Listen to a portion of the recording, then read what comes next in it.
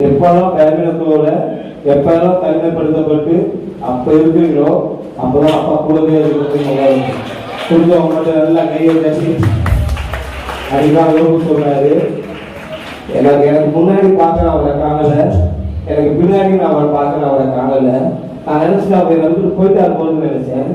எந்த பக்கமும் காணல, எனக்கு ஒரு நல்ல பக்கமும் காணல. ஆனா ஒன்னே ஒண்ணு எனக்கு தெரியும், நான் போகும்போது நான் போகிற பாதை அவர் அறிவா, அவர் என்னை சோதிக்க பிடித்து நான் சொல்றாக ஆகை நம்புவாங்க நடக்கும்.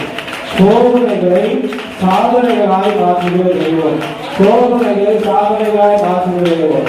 எனக்கு மட்டும் ஏன் இந்த சோதனை சொன்னா, உனக்குதான் கனம் வரப்போகுது, உனக்குதான் மேன்மை வரப்போகுது, உனக்குதான் எல்லாரையும் காட்டிலும் ஒரு பெரிய சாட்சி வரப்போகுது, அதுக்குதான் இந்த சோதனை. ஆகாருக்கு வந்த சோதனை இஸ்மவேல வனாந்தரத்துல பெரியவனா பார்க்கிறதான். புரிஞ்சுன கை வைக்க சொல்லுங்க. அநேக பெற்றோருடைய வாழ்க்கையில வருகிற சோதனைகள் உங்க பிள்ளைகளை பெரிய பெரிய இடத்துல உட்கார வைப்பாங்க. அதுதான் அதோட அர்த்தம்.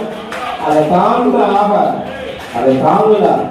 அந்த வனாந்திர நேரத்துல ஏன் இந்த வனாந்திரத்தை அனுமதிச்சு என்று சொல்லாதபடி, இந்த வனாந்திரத்துல எங்க அப்பா என் கூட இருக்கிறாரு, ரொம்ப ஓடிட்டே இருக்கா, கொஞ்சம் உட்கார வைப்பாரு, கொஞ்சம் ரெஸ்ட் கொடுப்பாரு, என் கூட பேசுவார், என் கூட அதிகமா பேசுவார்.